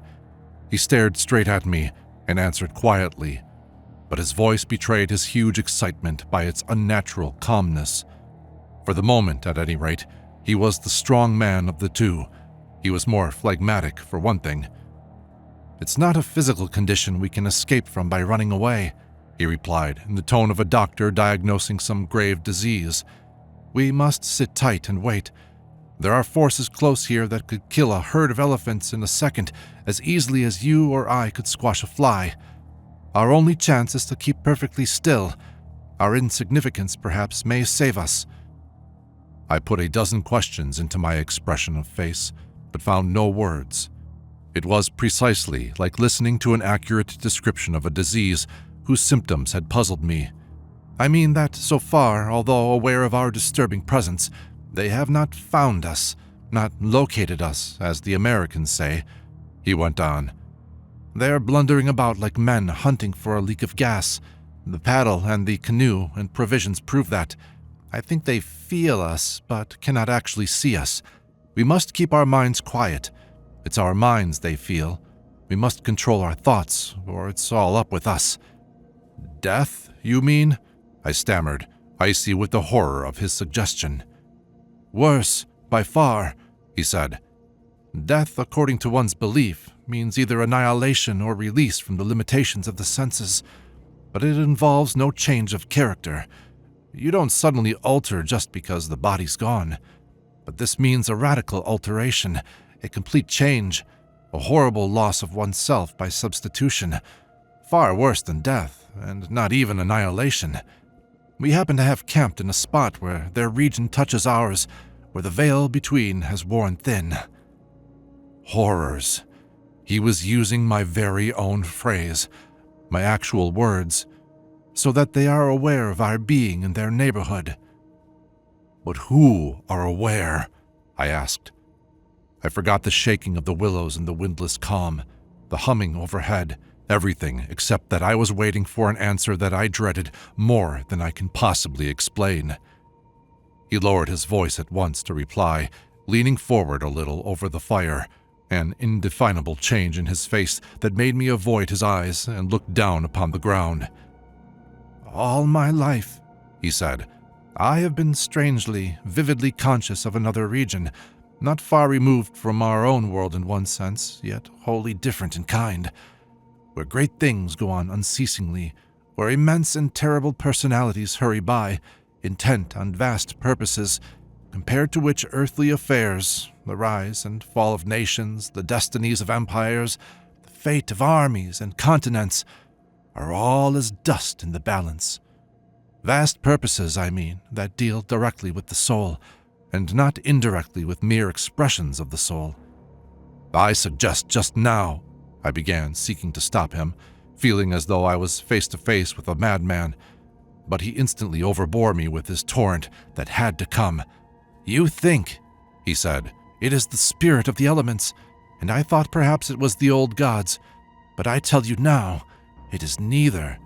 These would be comprehensible entities, for they have relations with men, depending upon them for worship or sacrifice, whereas these beings, who are now about us, have absolutely nothing to do with mankind, and it is mere chance that their space happens just at this spot to touch our own."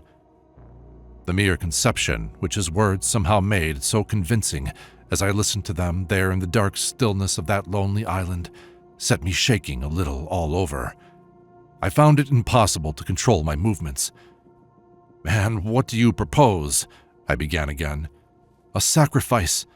A victim might save us by distracting them until we could get away," he went on, "just as the wolves stop to devour the dogs and give the sleigh another start. But I see no chance of any other victim now." I stared blankly at him. The gleam in his eye was dreadful. Presently, he continued. "It's the Willows, of course. The Willows mask the others, but the others are feeling about for us. If we let our minds betray our fear, we're lost. lost utterly." He looked at me with an expression so calm, so determined, so sincere, that I no longer had any doubts as to his sanity. He was as sane as any man ever was. "If we can hold out through the night," he added, "we may get off in the daylight unnoticed, or rather undiscovered." "But you really think a sacrifice would—" That gong-like humming came down very close over our heads as I spoke, but it was my friend's scared face that really stopped my mouth. "Hush," he whispered, holding up his hand. "Do not mention them more than you can help. Do not refer to them by name. To name is to reveal. It is the inevitable clue, and our only hope lies in ignoring them, in order that they may ignore us." "Even in thought?" He was extraordinarily agitated. "Especially in thought. Our thoughts make spirals in their world. We must keep them out of our minds at all costs, if possible."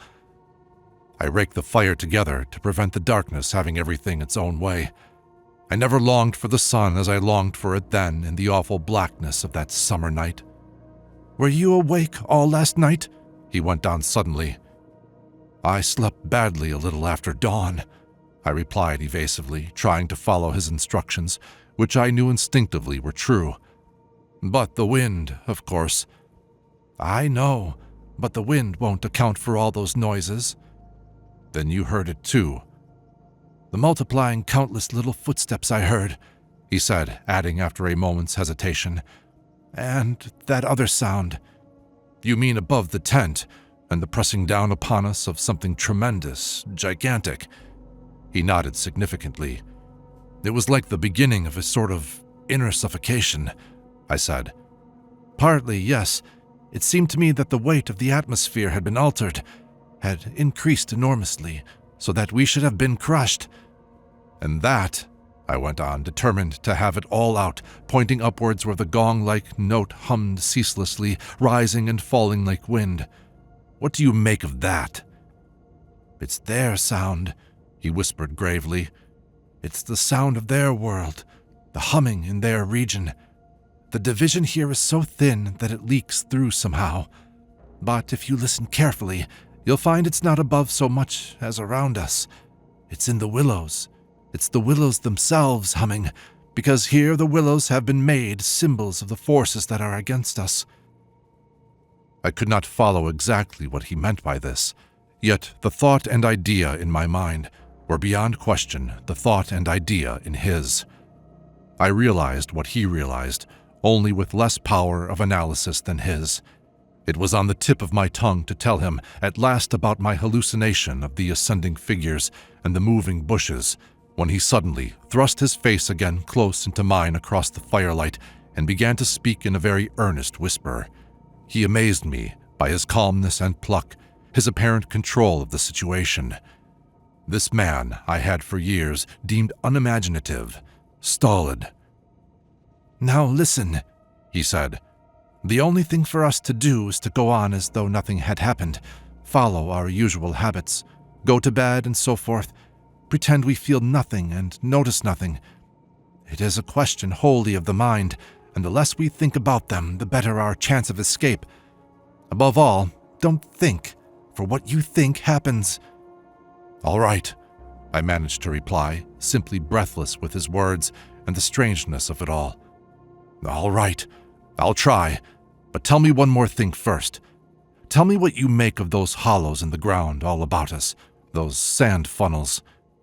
"No," he cried, forgetting to whisper in his excitement. "I dare not, simply dare not put the thought into words. If you have not guessed, I am glad. Don't try to. They have put it into my mind. Try your hardest to prevent their putting it into yours." He sank his voice again to a whisper before he finished, and I did not press him to explain. There was already just about as much horror in me as I could hold. The conversation came to an end, and we smoked our pipes busily in silence. Then something happened, something unimportant apparently, as the way is when the nerves are in a very great state of tension, and this small thing, for a brief space, gave me an entirely different point of view. I chanced to look down at my sandshoe, the sort we used for the canoe, and something to do with the hole at the toe suddenly recalled to me the London shop where I had bought them, the difficulty the man had in fitting me, and other details of the uninteresting but practical operation. At once, in its train, I followed a wholesome view of the modern, skeptical world I was accustomed to move in at home. I thought of roast beef and ale, motor cars, policemen, brass bands, and a dozen other things that proclaimed the soul of ordinariness or utility. The effect was immediate and astonishing, even to myself. Psychologically, I suppose it was simply a sudden and violent reaction after the strain of living in an atmosphere of things that, to the normal consciousness, must seem impossible and incredible. But whatever the cause, it momentarily lifted the spell from my heart and left me for the short space of a minute feeling free and utterly unafraid. I looked up at my friend opposite. "You damned old pagan," I cried, laughing aloud in his face. "You imaginative idiot, you superstitious idolater, you—" I stopped in the middle, seized anew by the old horror. I tried to smother the sound of my voice as something sacrilegious. The Swede, of course, heard it too, the strange cry overhead in the darkness, and that sudden drop in the air as though something had come nearer. He had turned ashen white under the tan. He stood bolt upright in front of the fire, stiff as a rod, staring at me. "After that," he said in a sort of helpless, frantic way, "we must go. We can't stay now. We must strike camp this very instant and go on, down the river." He was talking, I saw, quite wildly, his words dictated by abject terror, the terror he had resisted so long, but which had caught him at last. "In the dark?" I exclaimed, shaking with fear after my hysterical outburst, but still realizing our position better than he did. "Sheer madness. The river's in flood, and we've only got a single paddle. Besides, we only go deeper into their country. There's nothing ahead for 50 miles but willows, willows, willows." He sat down again in a state of semi-collapse. The positions, by one of those kaleidoscopic changes nature loves, were suddenly reversed, and the control of our forces passed over into my hands. His mind, at last, had reached the point where it was beginning to weaken. "What on earth possessed you to do such a thing?" he whispered with the awe of genuine terror in his voice and face. I crossed round to his side of the fire. I took both his hands in mine, kneeling down beside him and looking straight into his frightened eyes. "We'll make one more blaze," I said firmly, "and then turn in for the night. At sunrise, we'll be off full speed for Comorn. Now, pull yourself together a bit and remember your own advice about not thinking fear." He said no more, and I saw that he would agree and obey. In some measure, too, it was a sort of relief to get up and make an excursion into the darkness for more wood. We kept close together, almost touching, groping among the bushes and along the bank. The humming overhead never ceased, but seemed to me to grow louder as we increased our distance from the fire. It was shivery work. We were grubbing away in the middle of a thickish clump of willows where some driftwood from a former flood had caught high among the branches, when my body was seized in a grip that made me half drop upon the sand. It was the Swede. He had fallen against me and was clutching me for support. I heard his breath coming and going in short gasps. "Look, by my soul," he whispered, and for the first time in my experience, I knew what it was to hear tones of terror in a human voice. He was pointing to the fire some 50 feet away. I followed the direction of his finger, and I swear, my heart missed a beat. There, in front of the dim glow, something was moving. I saw it through a veil that hung before my eyes like the gauze drop curtain used at the back of a theater. Hazily, a little. It was neither a human figure nor an animal. To me, it gave the strange impression of being as large as several animals grouped together, like horses, 2 or 3 moving slowly. The Swede, too, got a similar result, though expressing it differently, for he thought it was shaped and sized like a clump of willow bushes, rounded at the top and moving all over upon its surface. "Coiling upon itself like smoke," he said afterwards. I watched it settle downwards through the bushes," he sobbed at me. "Look, by God, it's coming this way. Oh, oh." He gave a kind of whistling cry. "They've found us." I gave one terrified glance, which just enabled me to see that the shadowy form was swinging towards us through the bushes, and then I collapsed backwards with a crash into the branches. These failed, of course, to support my weight, so that with the Swede on top of me, we fell in a struggling heap upon the sand. I really hardly knew what was happening. I was conscious only of a sort of enveloping sensation of icy fear that plucked the nerves out of their fleshly covering, twisted them this way and that, and replaced them quivering. My eyes were tightly shut. Something in my throat choked me. A feeling that my consciousness was expanding, extending out into space, swiftly gave way to another feeling that I was losing it altogether and about to die. An acute spasm of pain passed through me, and I was aware that the Swede had hold of me in such a way that he hurt me abominably. It was the way he caught at me in falling. But it was the pain, he declared afterwards, that saved me. It caused me to forget them and think of something else at the very instant when they were about to find me. It concealed my mind from them at the moment of discovery, yet just in time to evade their terrible seizing of me. He himself, he says, actually swooned at the same moment, and that was what saved him. I only know that at a later date, how long or short is impossible to say, I found myself scrambling up out of the slippery network of willow branches and saw my companion standing in front of me, holding out a hand to assist me. I stared at him in a dazed way, rubbing the arm he had twisted for me. Nothing came to me to say somehow. "I lost consciousness for a moment or two," I heard him say. "That's what saved me. It made me stop thinking about them." "You nearly broke my arm in two," I said, uttering my only connected thought at the moment. A numbness came over me. "That's what saved you," he replied. "Between us, we've managed to set them off on a false tack somewhere. The humming has ceased. It's gone, for the moment at any rate." A wave of hysterical laughter seized me again, and this time spread to my friend too. Great healing gusts of shaking laughter that brought a tremendous sense of relief in their train. We made our way back to the fire and put the wood on so that it blazed at once. Then we saw that the tent had fallen over and lay in a tangled heap upon the ground. We picked it up, and during the process tripped more than once and caught our feet in sand. "It's those sand funnels," exclaimed the Swede, when the tent was up again and the firelight lit up the ground for several yards about us. "And look at the size of them!"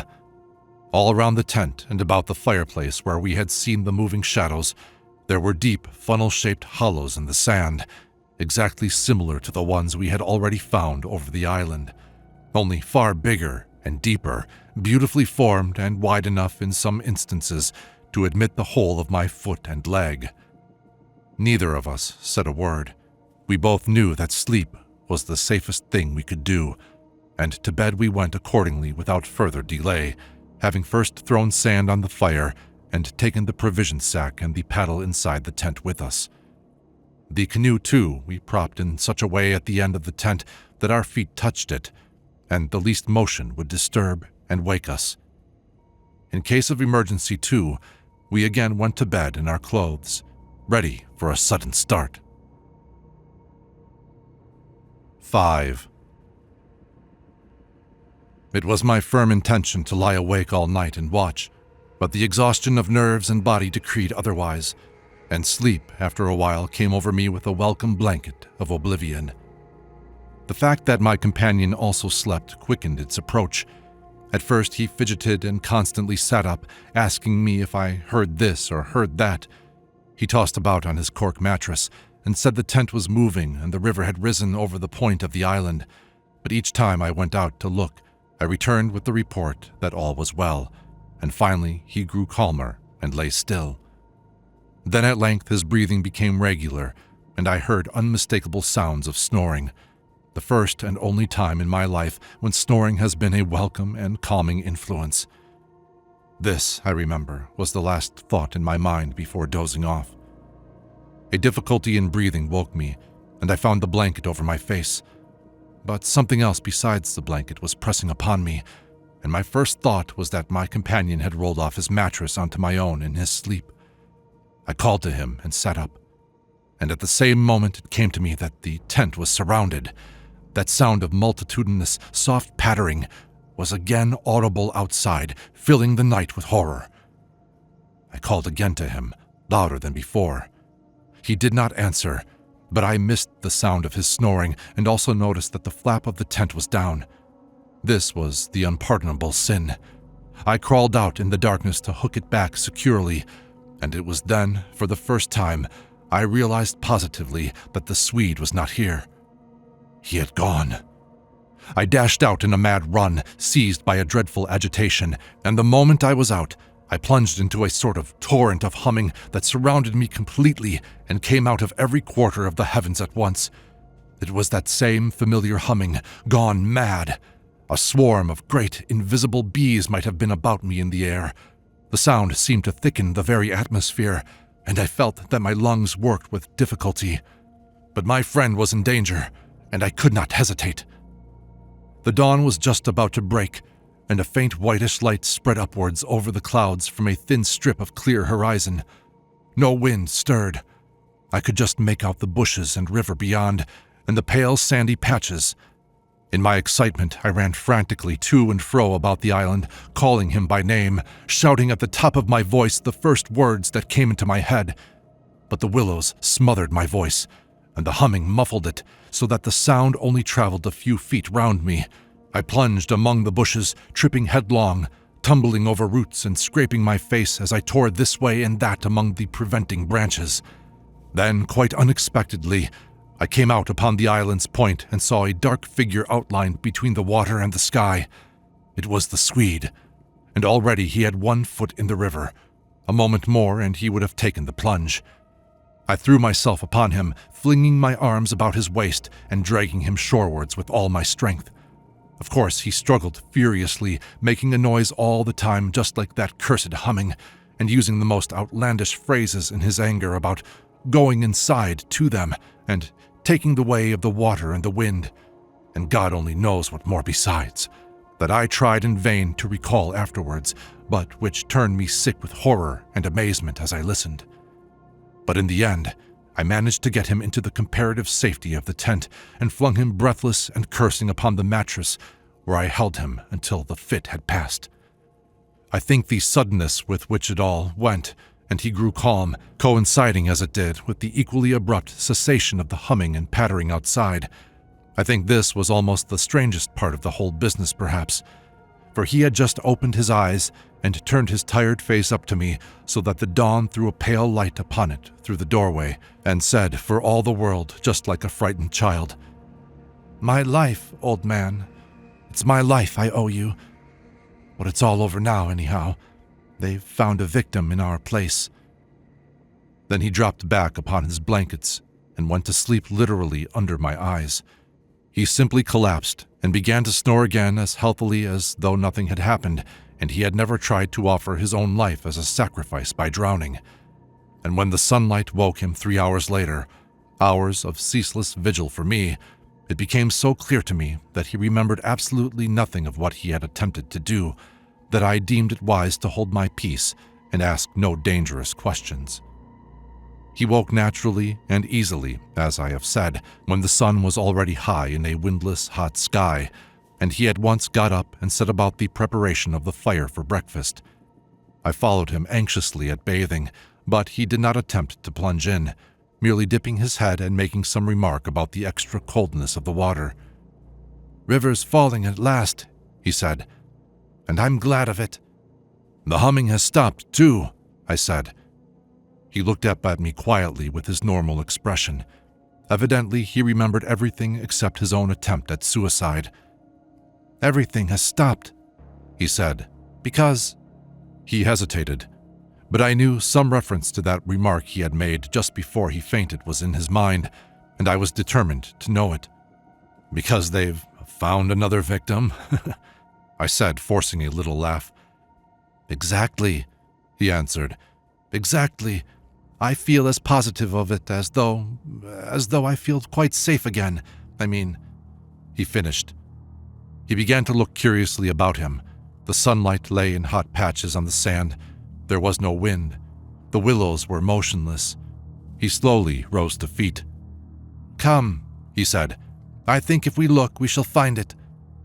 He started off on a run, and I followed him. He kept to the banks, poking with a stick among the sandy bays and caves and little backwaters, myself always close on his heels. "Ah!" he exclaimed presently. "Ah!" The tone of his voice somehow brought back to me a vivid sense of the horror of the last 24 hours, and I hurried up to join him. He was pointing with his stick at a large black object that lay half in the water and half on the sand. It appeared to be caught by some twisted willow roots so that the river could not sweep it away. A few hours before, the spot must have been underwater. "See?" he said quietly. "The victim that made our escape possible." And when I peered across his shoulder, I saw that his stick rested on the body of a man. He turned it over. It was the corpse of a peasant, and the face was hidden in the sand. Clearly, the man had been drowned but a few hours before, and his body must have been swept down upon our island somewhere about the hour of the dawn, at the very time the fit had passed. "We must give it a decent burial, you know." "I suppose so," I replied. I shuddered a little in spite of myself, for there was something about the appearance of that poor drowned man that turned me cold. The Swede glanced up sharply at me, an undecipherable expression on his face, and began clambering down the bank. I followed him more leisurely. The current, I noticed, had torn away much of the clothing from the body, so that the neck and part of the chest lay bare. Halfway down the bank, my companion suddenly stopped and held up his hand in warning, but either my foot slipped or I had gained too much momentum to bring myself quickly to halt, for I bumped into him and sent him forward with a sort of leap to save myself. We tumbled together onto the hard sand so that our feet splashed into the water, and before anything could be done, we had collided a little heavily against the corpse. The Swede uttered a sharp cry, and I sprang back as if I had been shot. At the moment we touched the body, there rose from its surface the loud sound of humming, the sound of several hummings, which passed with a vast commotion as of winged things in the air about us, and disappeared upwards into the sky, growing fainter and fainter till they finally ceased in the distance. It was exactly as though we had disturbed some living yet invisible creatures at work. My companion clutched me, and I think I clutched him, but before either of us had time properly to recover from the unexpected shock, we saw that a movement of the current was turning the corpse round so that it became released from the grip of the willow roots. A moment later, it had turned completely over, the dead face uppermost, staring at the sky. It lay on the edge of the main stream. In another moment, it would be swept away. The Swede started to save it, shouting again something I did not catch about a proper burial, and then abruptly dropped upon his knees on the sand and covered his eyes with his hands. I was beside him in an instant. I saw what he had seen. For just as the body swung round to the current, the face and the exposed chest turned full towards us and showed plainly how the skin and flesh were indented with small hollows, beautifully formed and exactly similar in shape and kind to the sand funnels that we had found all over the island. "They're Mark," I heard my companion mutter under his breath. "They're awful Mark." And when I turned my eyes again from his ghastly face to the river, the current had done its work, and the body had been swept away into midstream and was already beyond our reach and almost out of sight, turning over and over on the waves like an otter.